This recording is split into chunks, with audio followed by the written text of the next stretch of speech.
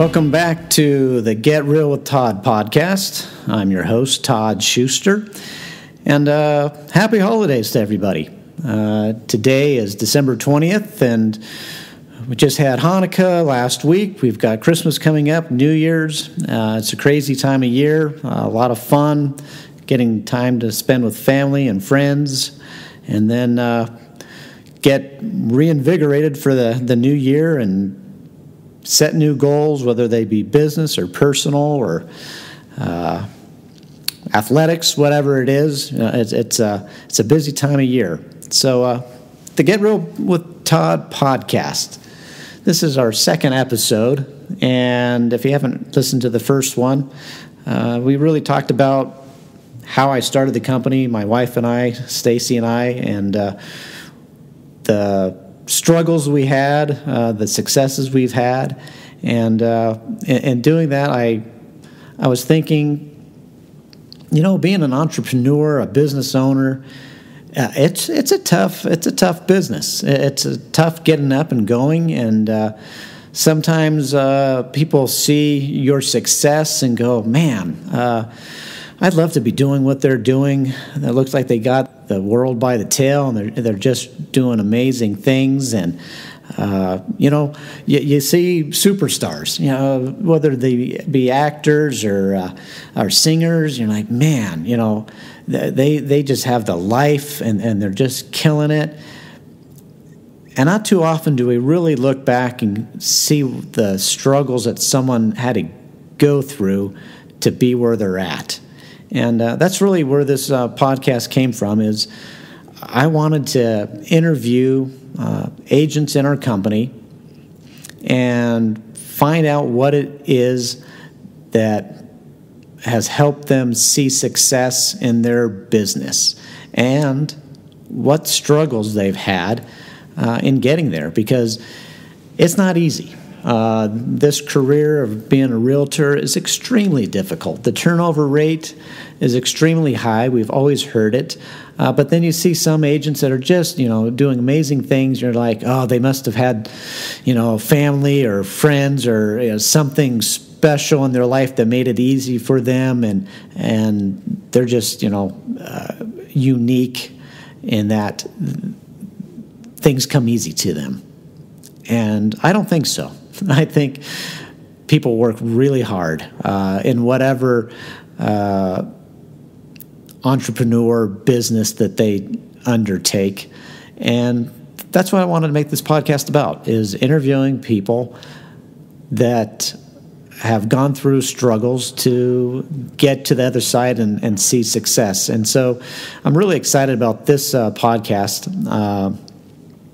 A newer agent, Johnnie Mallott, been in the business only, 16 months maybe. Came out of the Air Force. When I first met Johnny, I was just impressed with his work ethic. And people out in the military, that's who they are. They work hard. They're very disciplined. But why he got into the field of real estate, I really wanted to find out. And I wanted to hear, what his struggles and what his successes were in this new career of his. And I think you'll have some really good insight on what it takes to be successful.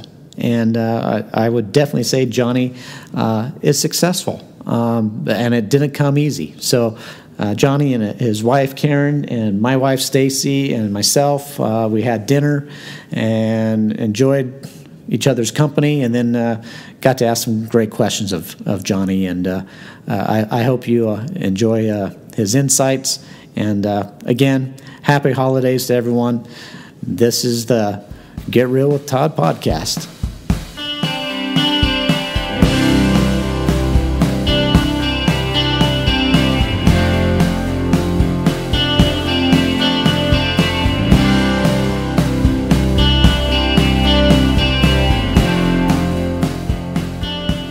So I'm here this evening with Johnnie and Karen Mallott, and really excited to have them here for dinner. It's been fun, enjoyable, and Johnnie came to us, what has it been, 18 months now, John?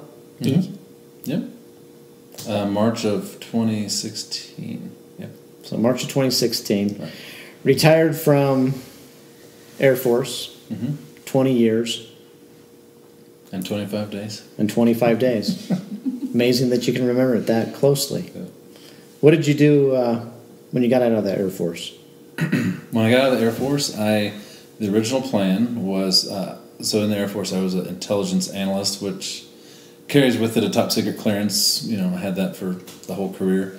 And a lot of times what people will do is they'll get out and they'll go find a job with the government because that security clearance is worth a certain amount of money, and so you can usually find a nice job, usually a six-figure job, and so people just fall into that and go work on the military base for another 20 years and then retire from civil service. And I didn't love the idea of that, but a friend of mine had a job where he worked in Virginia for 6 months and Afghanistan for 6 months, and it was great pay, and he kind of hooked me up with a hiring guy, and so that's what my plan was originally. And Karen was pregnant at the time, and as luck would have it, or providence, whatever you want to call it, I found out that my commander at the time knew a guy that was looking for people, analysts specifically, people that had analytical backgrounds in the military, to work for a mortgage company. It was W.J. Bradley was the mortgage company, and the CEO, Bill Bradley, apparently had read a lot of books on Navy SEALs and military strategy and planning. And I was going to say, what makes a mortgage company think, let's go after right? analysts out of the military? Mm-hmm. I mean, that's well, there's a thing called the military planning process. It's a whole 400-step process that you want nothing to do with. But he found out about this and wanted to have a team of people that would work on the business, not in the business. We weren't processing loans, we weren't underwriting, we weren't loan officers or anything like that. And so it was here, it was in Denver, and although we lived in the Springs at the time, it was like, hey, this isn't as much as I was going to get paid, but I get to be here for the birth of our son, and so like it was a good thing. And so that's how I ended up working at the mortgage company. So what'd you like about doing that? I mean, that's a big... The people I work with. Working in civil. I mean, this is the civilian world out of the military world. What did you... It was a tough transition. I mean, most retirees, military retirees, will say the transition it can be difficult, depending on how military-minded you are, how you're wired. But I was looking for a clean break, and so I think it might have been a little easier on me than most. But, I mean, it was, I don't know, babe, it was a tough year, right? Transitioning to how... If I were to email a person in the civilian world, they didn't have to get back to me right away. Like in the military, they had to follow those rules. Like if I was their boss, So I think you miss the structure a lot. I miss the structure and the rigidity and the rules that you had to follow, not choosing to follow the rules or not. And so it was. I mean, the first year was kind of tough, but I was there for 2 years, and so after the second year, I really kind of bought into being a civilian and wearing normal clothes for a change and things like that. So yeah, it started to suit me pretty well. Civilian life did. So then what led you to think about doing real estate? I mean, it's a close, mortgage, real estate. Is that what just made you think of it because of the industry? Or I don't was think it they were related at all. Not related? Mm-mm. No, I think... You always wanted to do real I kind of had... Actually, Terry Covert, our landlord in Texas, had... after talking to her, she found out she was a retired Navy officer, I think, or something. But she has properties and rents them out, and kind of like not a real estate agent, but got into the real estate realm. And I thought, how cool would that be, just to kind of, because I saw her life and she loved it and she made good money doing it, and I was like, that seems like it would be a pretty cool post-military life, and that was kind of thing what put the seed in my mind. And so, over the next 5 years or whatever, 4 years, I thought about it, would talk to people, and I mean, there wasn't one person that said, no, you do not have the personality for real estate. I mean, everybody, almost to a person that I talked to, was like, you would be really good. But you know how it is, you're always doubting. Like, right. No, I don't know. Well, would I? I'm not sure, And so when they were doing layoffs, I got caught up in one of the later rounds. So 2 years, almost to the day that I got hired, I was let go from W.J. Bradley. And I was almost excited. Actually, when my boss came in there, I knew it was coming because there had been several rounds of cuts, and I was like, yes, finally I get to be let go. I couldn't wait to, because it was kind of like a sinking ship. It's like, let's get out of there. And so I was kind of excited, but so I had, it was a great excuse to jump in, and I had the military retirement to fall back on, so it wasn't like I got to go. You weren't scrambling. I got to go to Cabela's and get a job or Target or and then there's nothing wrong with those jobs at all, but just I didn't have to go find something immediately, and I did know though that unemployment was an option, so I took an unemployment check for 6 months because I got let go in September, so like. I went to school in late January for real estate, so kind of got through the holidays, and we all know how fast those go, right. And I think you did a lot of soul searching, but everything you researched led you back to real estate's the right career. There were other things I thought about that like took a longer path, like there was more schooling, or it was more expensive, and real estate was like little input of time and money for unknown income on the other side. No promise of high income, but just the sky's the limit really was the thing. And I was like, I think I'd be good at it. And, we talked about it. And So when you say, and I hear it a lot, you'd be good at this. You've got the great personality, or look at that person. They're doing so well. They're driving the beautiful car. They're selling real estate. I think I want to do that. What did you think it was? Because I think a lot of people, when they get in the business, don't know that, you mean that this is what it's all about? Right. And so from, looking outside in, what did you think it was? Or what were you hoping it was going to be? Well, I think some of it I got some insight. So Tammy Christian, she's been with Remax for 20-some years. Her mom actually helped sell half of Highlands Ranch way back when it was first developed. But she had told me how, like, when she was our realtor whenever we bought up in Parker, and she would, I would ping her like, hey, I'm thinking about getting into real estate, and this was like even at the beginning of my 2 years at W.J. Bradley, I was like, what are your thoughts, and do you like it, and what's it like? And the main things I remember her saying was just how much she could control her own schedule, and even with her girls, she has 2 girls. They grew up, they played college softball at Princeton, or one of them did, right? Anyways, so, she was always there for every single game and never missed a game. And, we knew that we were going to start a family. We had a 6-month-old. And so I was like, I like the idea of that, being able to do what I want when I want. That wasn't all entirely true, but but yeah, but you can control. It's your business. Schedule. You can control it, and you can see people have good lifestyles. It was one extreme to the other too. You went from 20 years of complete structure with the military, where it was a Monday through Friday, this hour to this hour, and so much structure. To you totally controlled your own schedule, and you could be flexible when your family needed you to be flexible. Sure. And I think that was huge for us, especially just having had kids. Right.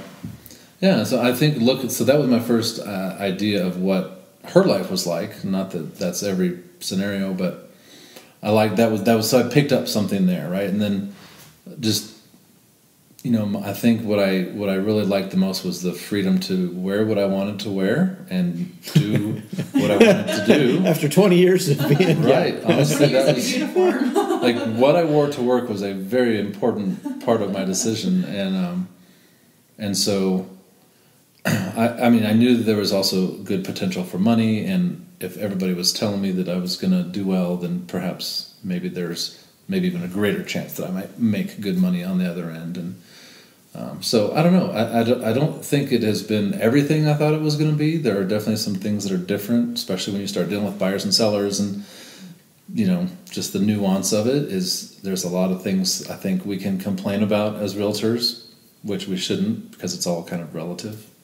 Especially after having spent a year in Afghanistan and 6 months in Iraq, I can help myself keep it in perspective. Yeah, your perspective is, so, it's not life or death. Right. Yeah. Usually. And so, I don't know. I think that it's been almost everything I'd hoped it would be. I still love it as much, if not more, now than I did 18 months ago when I started. You're happier than you've ever been.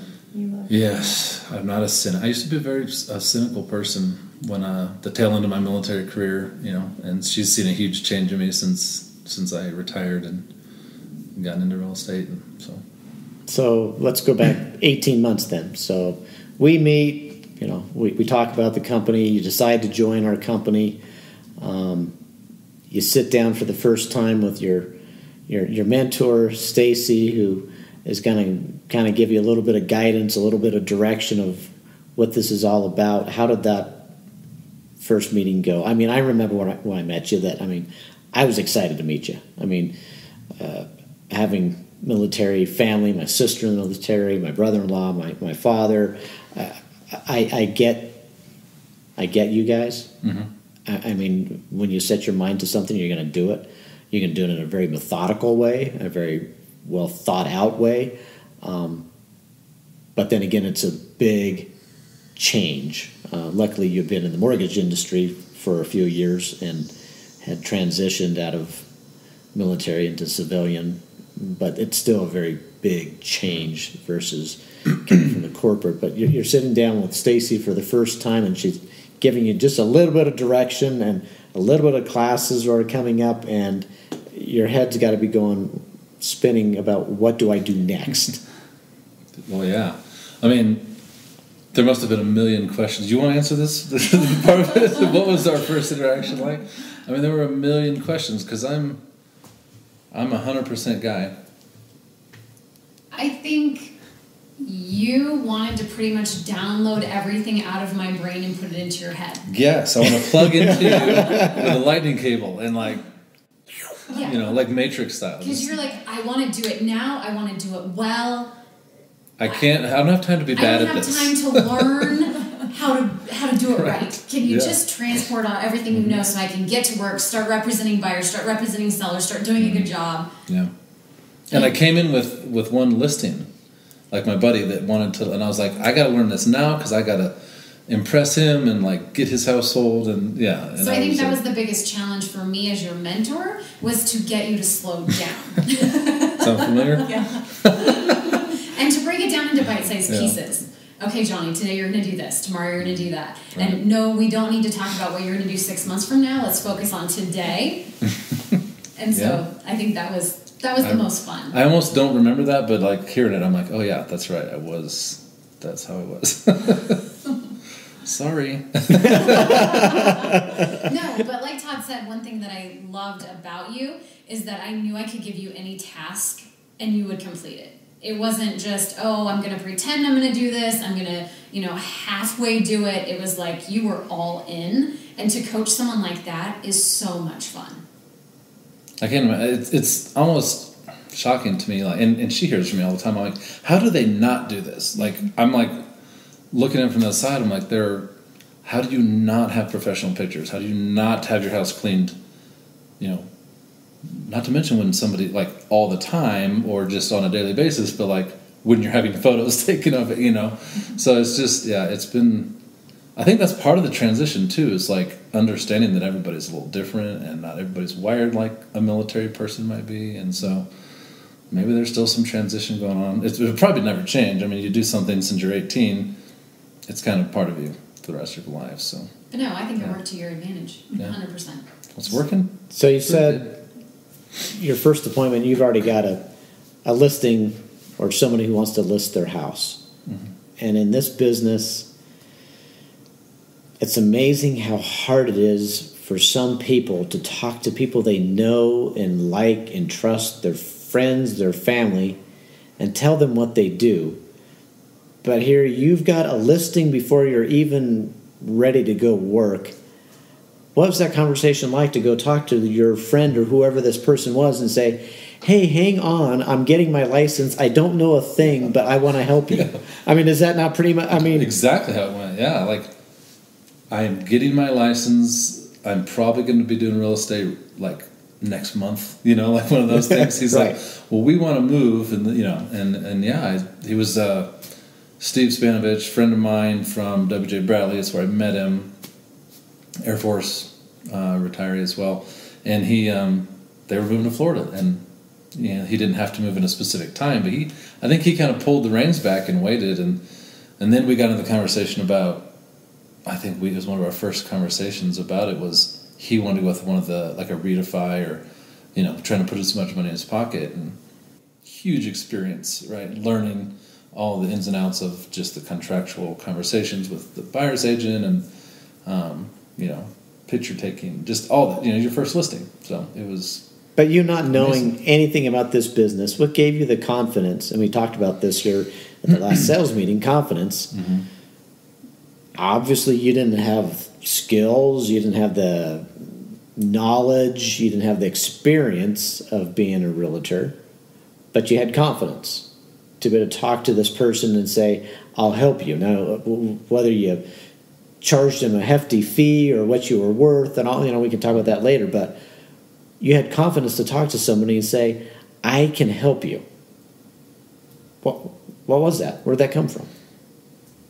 I think Karen will tell you I've never met a stranger in my life. I used to hate it when my mom would start conversations with ladies in line at the grocery store. Hated it. Embarrassed the heck out of us, and now I'm her. I just think, especially if you're someone I would call a friend, someone I've shared time on the trail with hunting, there's nothing you can't ask me, and there's nothing I'm not going to ask you. So I think because of our relationship, the first time I did have to tell somebody, I want to help you, I can help you, it was pretty easy because of who he was. He was a friend. If I can chime in. Yeah, chime in. You do everything 110%, so there's nothing that you've encountered that you thought, well, I'll do this, but I'll just do it part way. It doesn't matter if you don't know how to do it, you will find a way to do it, and you'll ask the right people, like, Stacy, how do I do this? And so it was a challenge, it was something you didn't know anything about, but you weren't going to take on that challenge without figuring out how to get it done. So you were willing to go through like whatever steps you needed to get to the end game. So It didn't bother you that you didn't know, because you knew who to go to get the answers. Right. Yeah. Well, when we went to Peak Producers, I listened to what you guys said, and it wasn't always easy, but I knew that was the way. Say that again. It wasn't always easy? It wasn't always easy. It's not easy. Yeah, some people, I think their personality just is not as outgoing, and they just have a hard time, quote unquote, I'm doing air quotes right now, quote unquote, bothering their friends and family. But in my opinion, those are the people that should first be giving you business, and because they care about you and they want you to see you succeed. And so it was kind of... Is that why you feel like you're not bothering them? Is because it's just because they care about you? So how could you be bothering them? Right. Because they're helping you. They want to help you. Is that simple? It's that simple. And from the time I first heard you guys say that, I have not thought about it any differently, and I just, went that way. Went full speed ahead, and I just haven't really looked back. And I talk to everybody about real estate. Friends, family, strangers, everybody. So you had a killer month in, what was it, early spring? May. I had two. Was that May or June? May. You had a... Not May, because my last one in the spring was May 5th, but it was April, I think it was. I had 5 closings in April. And I had 11, from January to May 5th, I had 11. Yeah, you hit the ground running this year. It was awesome. Where did these people come from? Where's my phone? Everywhere. Well, no, I know. Quick funny story was my very first transaction. I think it ended up happening before the listing, if I remember correctly. But I accidentally Facebook friended somebody on Facebook, and I thought that they were one Michelle, but they were a different Michelle, but from the same company, W.J. Bradley.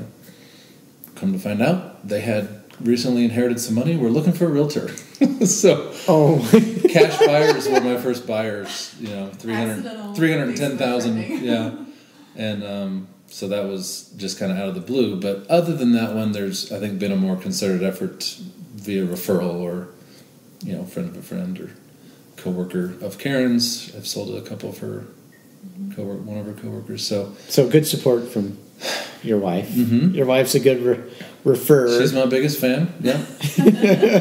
Not that that's not beneficial to her at all, but you know. So. It may benefit a little. Yeah, just a little.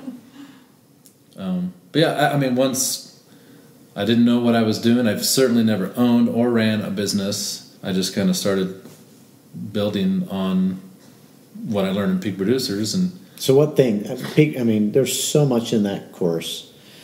What 2 or 3 things do you actually consistently, which is hard to say, I know we all try to be consistent, but your top 3 things that you try and do, you know, I'm not holding you accountable that you do this every single day, but what do you try, the 3 things that you brought you the most success? Well, handwritten notes, calls, pop buys, those are the 3, that's the tagline. That's his feeding, 3, right? yeah.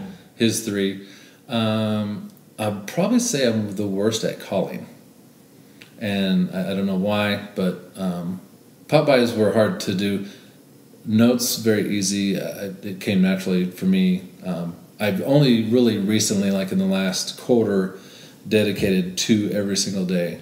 And last week or the week before, I was working with a buyer that fell into my lap, and so I didn't do it. So Friday afternoon, I cranked out 7 just to meet my 10 for the week. You know, so I was like, I'm gonna do this. I'm absolutely gonna do this, and so I just kind of stuck to it. But other than that, really, it's the Mayor campaign. You know, it's letting people know you want to help them, and people always say, "Oh, I'm not looking to buy or sell," or you ask somebody, "Hey, do you have any friends?" I know somebody, but I think they just moved in. Well, who do they know though? So it's just that continual education, really. And are you able to do that? Are you able to do that? Who do you know? It's not about you buying or selling, but who do you know? Are you able to go that extra step and ask them that question? And I don't really always ask them that question, but like, for example, the gal I was telling you about today that Christian and I met with, we met her on a hike, and so they're now in my sphere. I do my monthly mailings to them, and they're part of that group. And she's like, "Yeah, we're not quite ready to sell our house just yet." But and then before she really even finished her thought, I said, "But you might know somebody who is." So like that, I'm a little follow up. It's educating them really of really what I'm trying to do as somebody that keeps in touch with them regularly. Is it's not just you; it's people you know, and people that you know, and who they know, and just like on down the line exponentially as long as you want to go. So. And who are these people you're talking to? We teach Buffini 3 times a year, and I hear from many people saying, "My sphere's not that big. I'm not that involved. No one I know is buying. No one I know is selling." Who are you talking to? Well, I mean, where are you when you're talking to these people? You haven't lived here your whole life. You're not a native.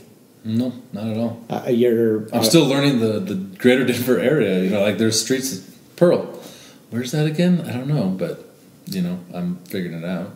Because that's the other thing. People see success, and we'll talk about you've had some great success, and he's been here forever, or he's highly connected, or he's in this group, he's in this club.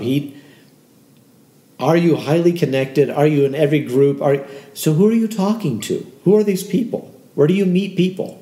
So be my external storage for this information. So start off with, been in the military. I have people so I'm part of Pikes Peak MLS, and because somebody said, "Hey, I'm moving to Colorado Springs. I saw on Facebook that you're a realtor down there." Actually, I'm not. I live in Denver, but I certainly can help you out down there. It's actually my cousin that first got me down there, and I found it hard to show properties without being in the system and having access and all that stuff. So I signed up, sold him a house, or helped him buy a house, and that was my first one down there. So there's the military connection, right? There's turnover in the military, but here up in Denver and Parker and the greater area. The neighbors. There you go. You've gone right up to people and introduced yourself and made friends. I think you're good at making friends with people, and people like you, but you're not afraid to put yourself out there. So you would advertise yourself to them, and you would just stay constantly connected. So we've had a lot of good referrals and business from neighbors and old neighbors. And Yeah. hiking, the girl you were just talking about. Sure. Hiking the stairs in Castle Rock, you just made a friend. At the very top of the little it was step 201 plus about 15 steps, and that's where we were at the top of that. So as Brian says, as you go. As you go. So as you're just living your life, you're meeting people. It's not this huge concerted effort that you're grabbing the phone book and meeting people, or it's just living life, going to Costco, going for hikes, being out and about in life. I've never walked a neighborhood. I've never cold called. It's just been You just meet truly people. by referral. Yeah. You know, and I mean, gosh, now that I finally know kind of what I'm doing in the Buffini realm, it's kind of like I told Karen like a month ago, I said, I have this feeling or things are just going to like tip soon. And my gosh, they're starting to really, I got 2 referrals in 1 week, and like, it was true. It was like this intuition I had that just, I could feel it coming. And so, yeah. Tell me, this year you started off gangbusters. How many deals did you do at the beginning of the year?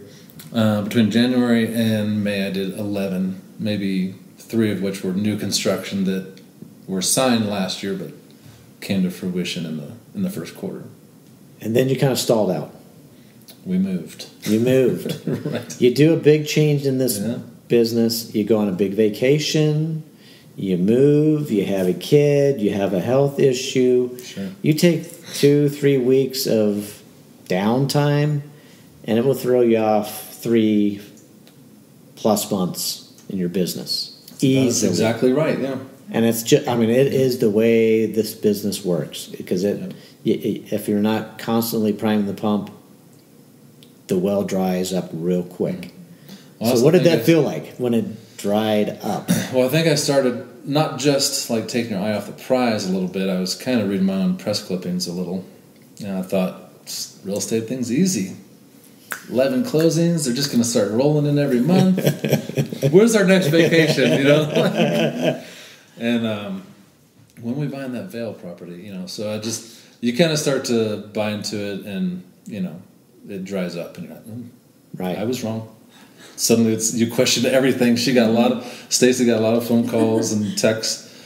I don't know what I'm doing. How do I even price a house now? No, it's just confidence. Your confidence went down. Oh yeah, it really went down, and it was like, Johnny, back to the basics. Who you are know you? how to do this.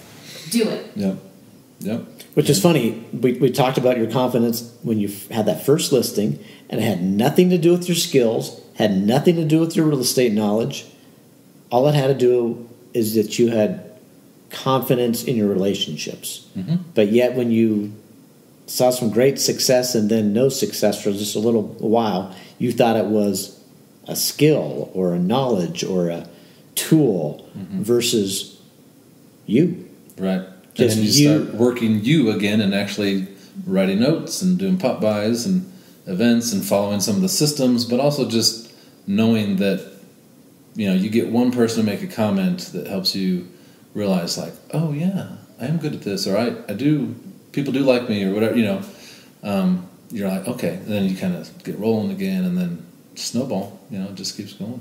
How did you get yourself, you're back, you're doing good, things are starting to happen again, but what did you do to help yourself? I think you know the answer to this. Well, I do know the answer, but I don't think our listeners do. Right. Well, your theme for Smedra, and it was equity, in equity, actually, we were kind of talking about it before it ever came up, I think, in Smedra, but raising the bar, right? And, you always hear about the one-to-one coaching that Buffini does, but it seems always just a little too far out of reach, or even if it's not and you can afford it, like, well, I could always spend that money on something else, It's a car payment. It's hard to spend on yourself. Yeah. On your own business. Yeah, to invest in yourself. And I, talked to Karen, and I think it was, I don't remember what made us finally decide, but I just said, I want to take this plunge and we will just figure it out. And, we started, actually the offer came out for 2 months free. If you sign up by whatever date it was, I don't remember, August, I think it was August or something, but if you sign up by this date, you get 2 months free. I'm like, I can jump in, get some momentum after the first 2 months and not have to pay, and maybe it'll kick something back to me, before I have to actually pay that bill. And didn't work out that way. But I feel like you started to get your confidence I back did, after absolutely. you started the program. I got a coach. Yeah. Yeah, and that was all the difference. And what was the coach able to help you with? Showed me my blind spots for one. Like I said at the beginning of this, I've never ran or owned a business or even liked the idea of running or owning a business or thinking about taxes or anything. I'm a military guy, right? Like that Saturday Night Live skit. I'm just a simple caveman. That's me, and suddenly I'm a businessman. And so I think they give you structure. They definitely sell you on, if you do this, it will work. And some people don't buy in, but as we've talked about before, you give me a task and I'm going to do it. Not 100% all the time, but And so I just started doing what it was. And, more recently, the referrals of one of the people I invited to my pumpkin carving contest is the one that gave me 2 referrals in a week and a half period of time. Wow. So you do this and it will work. It will happen. Build it and they will come. Right. Maybe they would have done it even if I didn't have them over to the party because, we like them and they like us. But, on the surface, if you just look at it it works. The system works. So I can't wait for December because I'm having a November pie giveaway. So I should be getting a few referrals from that. So we'll see how it works out. But I think mostly the confidence really, they gave me structure and helped me believe in myself and, like any good coach would. Or a good mentor, like Stacy was. No, that's awesome. No, it's been fun to watch your progress, watching you as a brand new, wide-eyed, not knowing what the heck you're doing, trying to learn, like you said earlier, you wanted to know everything immediately, and it just doesn't happen that way. But it's fun to see someone who wants to know everything right now. Mm-hmm. I'd like to hear from your wife on what she thinks have been the biggest changes in you, because I think this industry, I see it change people when they become successful and they achieve what they're wanting to set their minds to, and they achieve it. It's not like any other business. Most people have jobs and they go to it and they don't think that they're succeeding at anything. They're just doing their job. But right. but this isn't a grind. It's a grind. It's hard work. But when you achieve what you set your mind to, and then you set a new goal and you achieve that, it produces something that makes you somebody who you weren't in the beginning, or brings out maybe someone who you weren't in the beginning. And as we wrap this up, I'd like to hear from Karen what she's seen over the 18 months about you.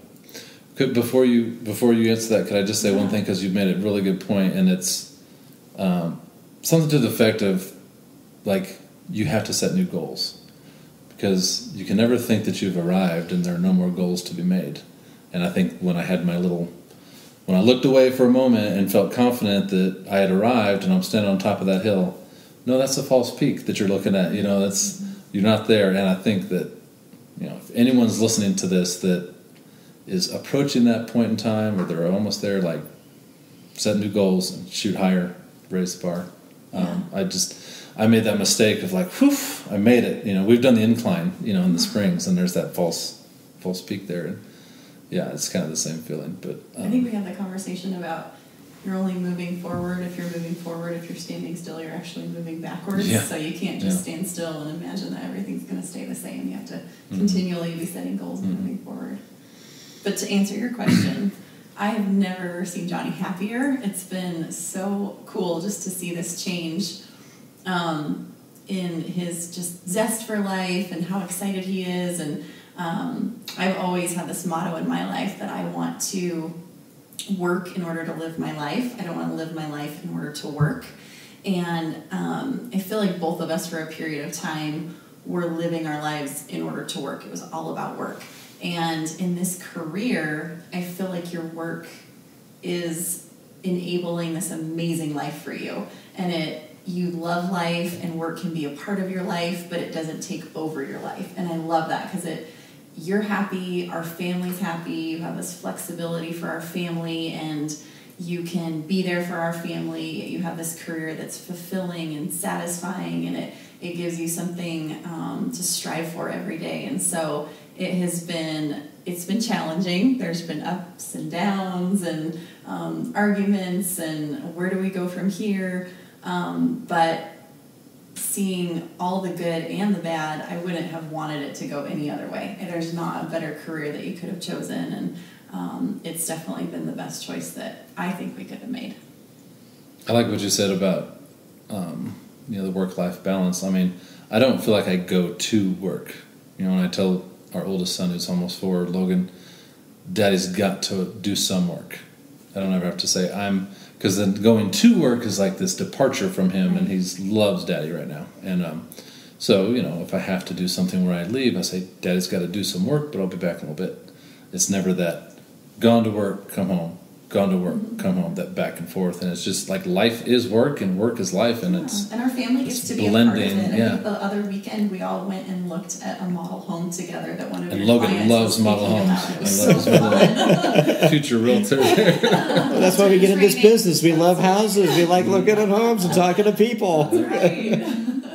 It was really fun. Yeah. Well, that's awesome. This is fun. I appreciate you guys coming, sharing your time, sharing your story. Karen, I think you wrapped it up perfectly, and it's nice to see the support. It's a crazy business that we're in, but it affords us a wonderful life if you figure it out. And I think you guys are on the right path. So, anyway, thank you. Thanks. It was fun. Thanks. That was fun. Appreciate it, Todd. Thanks. And Stacy. Thank you. Thank you, John.